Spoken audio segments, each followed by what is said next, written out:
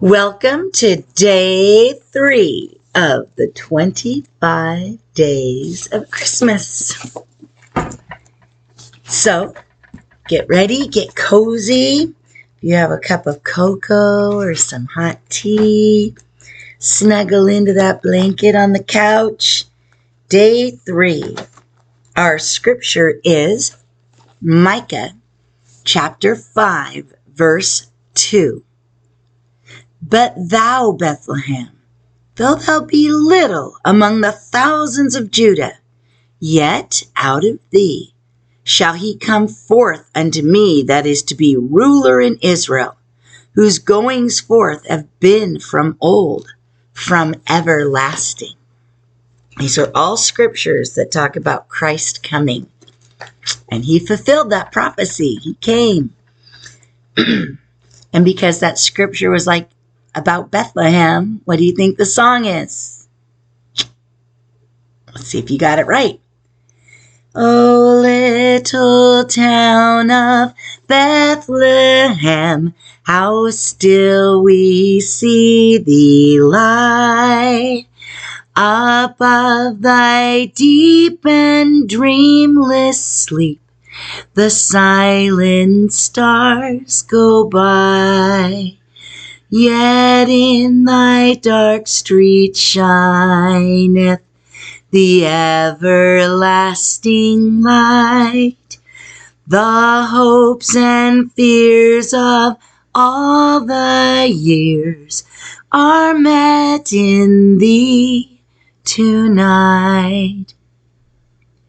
For Christ is born of Mary, and gathered all above.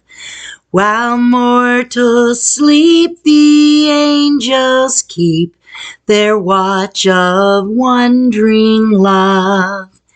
O morning stars together proclaim the holy birth, and praises sing to God the King, and peace to men on earth.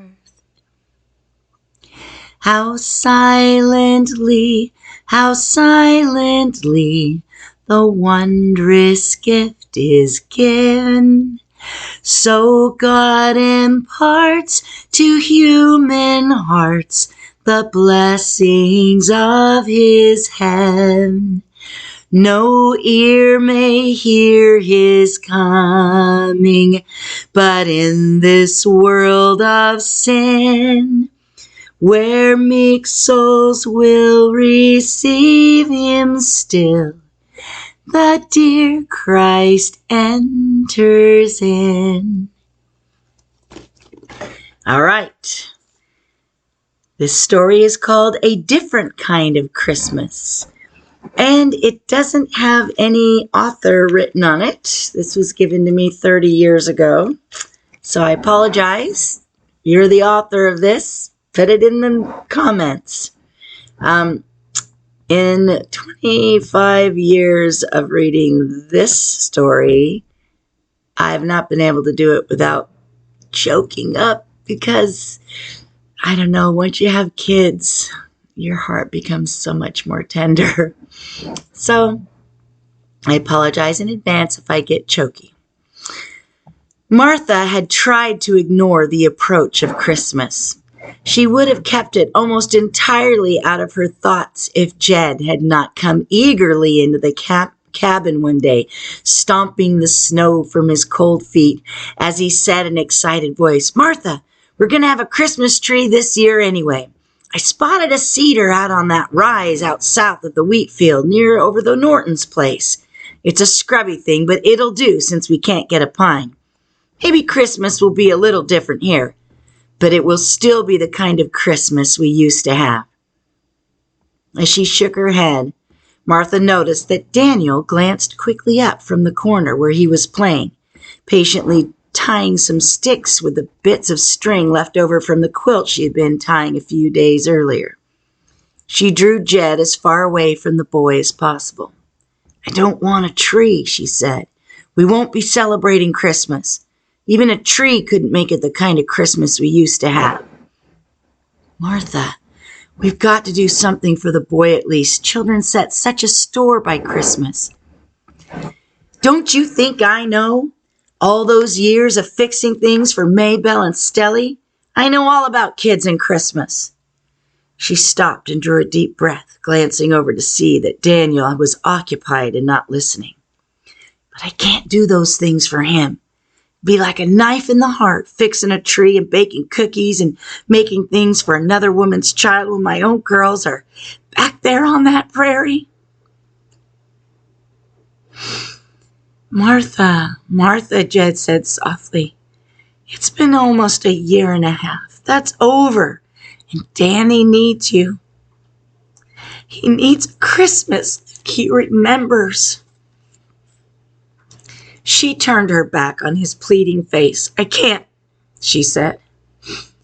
Jed touched her shoulder gently. I know how hard it was for you and how hard it is for you, Martha. But think of the boy. He turned and went back out into the snowy weather. Think of the boy. Why should she think of him? When her own children, her two blue-eyed, golden-curled daughters, had been left beside the trail back there on that endless prairie. The boy came to her, not because she wanted him, but because she couldn't say no to the bishop back in Salt Lake City last April, before they came to settle in this valley. Bishop Clay had brought Daniel to her and Jed one day and said, I want you to care for this lad. His mother died on the trek last summer and his pa passed away last week. He needs a good home. Jed had gripped the bishop's hand and with tears in his eyes thanked him. But Martha turned away from the sight of the thin, ragged 6-year-old who stood before them. Not fast enough, however, to miss the sudden, brief smile he flashed at her. A smile that should have caught her heart and opened it wide. Her heart was closed, locked tightly around the memory of her two gentle little girls. She didn't want a noisy, rowdy boy hanging around, disturbing those memories, filling the cabin with boys' loud games. Yet she had taken him because she felt she had no choice. Faced with the bishop's request, more of an order really, and Jed's obvious joy, she couldn't refuse. He came with them out to this new valley west of the Salt Lake settlement, and had proved himself a great help to Jed despite his young age. Sometimes Martha felt pity for him, but she didn't love him. With Jed, it was different. He had accepted Daniel immediately as his own son and enjoyed having a boy with him. They had a special relationship. Daniel mentioned Christmas only once. One day it was too cold and snowy to play outside, and he had been humming softly to himself as he played in his corner. Suddenly he looked up at Martha and asked, Can you sing, Aunt Martha? Martha paused and straightened up from the table where she was kneading bread. She used to sing for her girls all the time. No, I can't, Daniel, she said, not anymore. My mother used to sing a pretty song at Christmas. I wish I could remember it.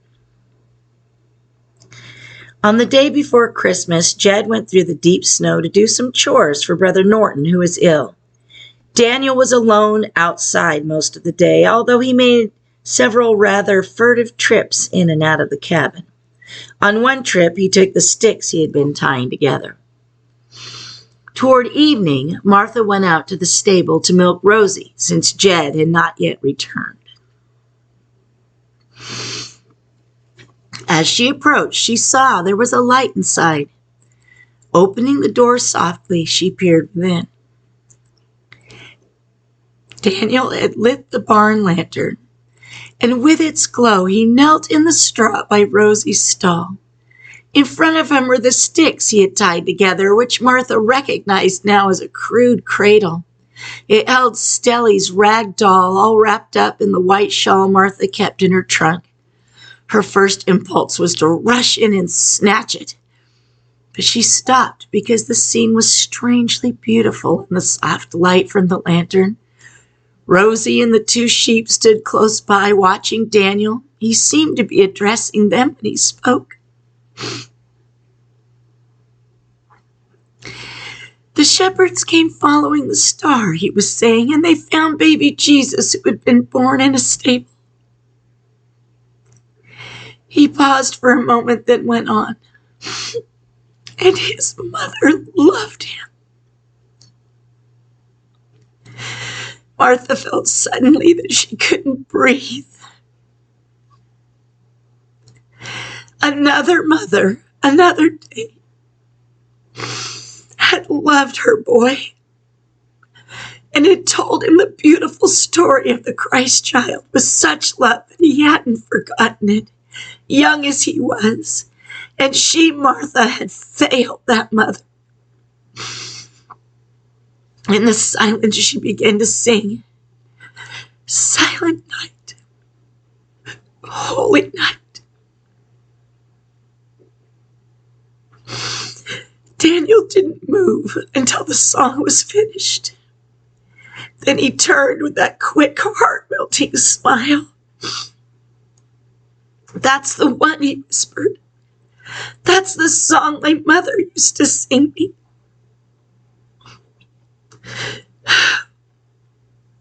Martha ran forward and gathered the boy into her arms. He responded immediately, clasping his arms tightly around her. "Danny," she said, sitting on the edge of Rosie's manger, "let's go in and get the cabin ready for Christmas. Maybe it isn't too late for Jed, for Pa, to get that tree. It might be a little different kind of Christmas, but it will still be a little like the Christmases we used to know." "Do you mind it being different?" Danny asked. "I mean, with a boy instead of your girls?" Martha wondered how long it would take her to make up to him for the hurt she had inflicted these many months. "No," she said. "After all, the baby Jesus was a boy." "That's right," he said wonderingly. She set him down on the floor and put her arms around his shoulders. "Merry Christmas," she said. "Merry Christmas, Danny." He looked up at her with a smile that did not fade quickly away this time, a sweet smile full of love that he had been waiting to give her. "Merry Christmas," he said, then added softly, "Mother." Okay, well, true to tradition, I still can't read that story. Usually when my kids are here, I make them read it, because if you don't have kids, you can make it through stuff like that. I hope you have a Merry Christmas. I hope there's no one in your home that's not feeling your love.